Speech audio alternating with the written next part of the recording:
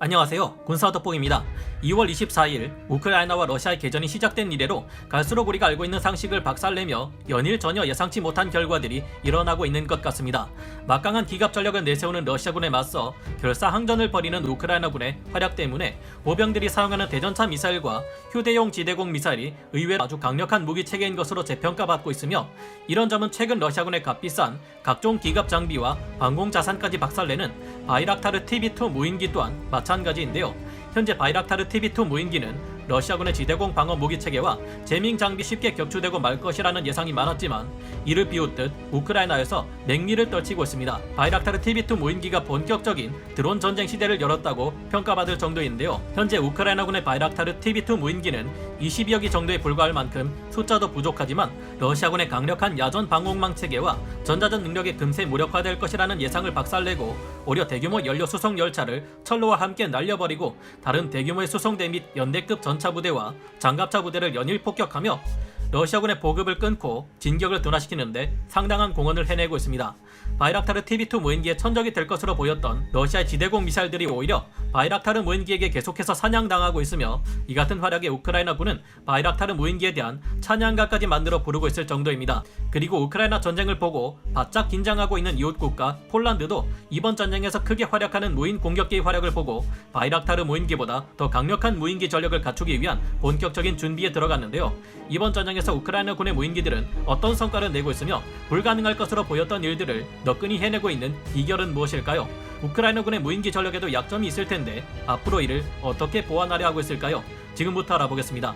전문가는 아니지만 해당 분야의 정보를 조사 정리했습니다. 본의 아니게 틀린 부분이 있을 수 있다는 점 양해해 주시면 감사하겠습니다. 바이락타르 무인기가 본격적인 드론 전쟁 시대를 열었다. 바이락타르 TB2는 터키의 바이칼사가 만든 중고도 전술 무인기로 이번 우크라이나 전쟁을 포함해 이전에도 여러 실전에서 크게 활약하며 무장 UAV기의 다크호스로 떠오르고 있습니다. 바이락타르 TB2 무인기는 공대지 대전차 미사를 적재하고 적 전차를 공격할 수 있는 정찰 및 공격용 무인기인데요. 바이락타르 TB2는 미국의 전술 무인기인 MQ-1 프레데터에 비해 3분의 1밖에 안 되는 작은 크기를 가지고 있으며 150kg 정도의 무장을 탑재할 수 있습니다. 바이락타르 TB2 무인기는 터키제 미사일인 움타스 대전차 미사일과 램 레이저 유도 폭탄, 70mm 시릿 포켓, 보족 레이저 유도 로켓을 무장으로 장착할 수 있습니다. 150kg 정도의 무장이라고 하면 별것 아닌 것처럼 보입니다. 미국의 MQ-1 프레데터나 MQ-9 리퍼 무인 공격기에 비하면 뭔가 너무 가벼워 보이고 무장도 부족한 것 같은데요. 하지만 무기의 성능을 따질 때 실전에서의 맹활약이 있다면 확실히 믿을 수 있죠. 이 장면들을 보고 나면 생각이 180도 달라지는데요. 바이락타르 TB2 무인기는 2020년 아르메니아, 아제르바이잔 전쟁에 투입되어 아제르바이잔의 승리에 큰 기여를 하여 세계적으로 높은 명성을 얻게 되었습니다. 2022년 3월 5일 우크라이나에서는 최근 러시아와의 전쟁에서 러시아군의 전차와 장갑차를 파괴하며 게임 체인저로 떠오르고 있는 터키제 무인 공격기인 바이락타르 TB2를 추가로 도입해 배치했습니다. 바이락타르 TB2 무인기는 이번 우크라이나와 러시아의 전쟁에서 놀라운 활약을 펼치며 우크라이나의 희망으로 떠오르고 있는데요.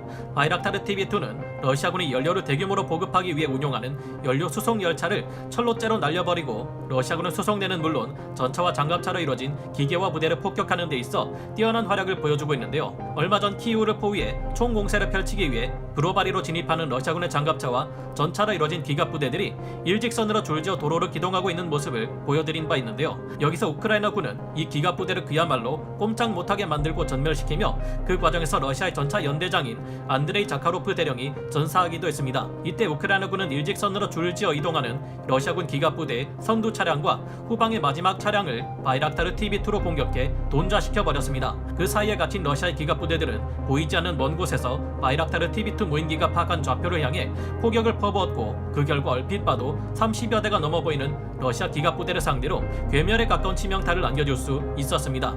이뿐만이 아닙니다. 지난 2월 27일에도 우크라이나군 소속의 바이락타르 TB2 무인기가 헤르손에서 러시아군을 폭격하고 있는 모습이 발레리 자루즈니 총사령관의 페이스북을 통해 공개된 바 있는데요. 이상한 일이었습니다. 이 당시 러시아군의 기갑 부대에는 부크-1 야전 미사일 방공 시스템, 2K SA-12KUB 등 이런 드론을 잡으라고 투입시킨 야전 방공 무기 체계들이 있었는데도 불구하고 오히려 이들이 바이락타르 TB2의 쪽집게와도 같은 공격을 맞고 파괴되었고, 이 과정이 영상으로 촬영되어 공개되기까지 했습니다. 해당 영상을 확인해보면 이 같은 러시아의 지대공 미사일들은 바이락타르 TB2 무인기의 접근을 전혀 눈치채지 못한 채 공격당해 파괴되어 연기를 내뿜고 있습니다. 전 세계 분쟁 소식을 다루는 해외 언론인 클래시 리포트에서는 현지 시각으로 3월 1일 거의 모든 유형의 러시아군 지대공 미사일 체계와 전자전 장비가 있음에도 바이락타르 TB2 무인기들은 계속해서 날아다닌다고 전했습니다. 클래시 리포트는 이날 SNS를 통해 우크라이나의 바이락타르 TB2 무인기들은 우크라이나 전역에서 러시아의 표적을 타격하고 있으며 부크 M1 지대공 미사일이 가장 최근의 제물이 되었다고 덧붙였습니다. 이외에도 바이락타르 TB2 무인기는 특히 러시아제 무기들에 대응해 뛰어난 타격 능력을 보여주었는데요. 2020년 6월 발생한 나고르노 카라바흐 전쟁에서 바이락타르 TB2 무장형 무인기는 아르메니아군의 야포 및 보병 기지를 격파했으며 러시아제 BM-30 스메르치 다연장 로켓, T-72 전차, BMP-1, BMP-2 보병 전투 장갑차를 격파했습니다. 그 외에도 오사나, 스텔라-10 방공체계도 9개 이상 아제르바이잔군의 바이락타르 TB2 무인기에 의해 격파되었는데요. 나토 명으로는 SA-11이라 불리는 러시아의 부크-1 지대공 미사일 체계는 순항 미사일과 단거리 탄도 미사일, 스마트 폭탄, 고정익기와 회전익기, 무인기 모두를 제압하기 위해 만들어졌습니다. 스펙상 부크-1 지대공 미사일은 사거리 3km에서 42km, 고도 150m에서 25km 사이에서 마3으로 비행하는 표적을 추적해 공격할 수 있습니다. 부크-1 지대공 미사일의 무게는 690kg이나 되며 반능동 레이더 유도 방식의 폭발 파편형 탄두를 가지고 있어 높은 방공 능력을 가지고 있는데요. 이번 전쟁 이전에도 바이락타르 TB2는 아르메니아, 아제르바이잔 간에 벌어진 나고르노 카라바흐 전쟁에서 인상 깊은 맹활약을 펼쳤습니다.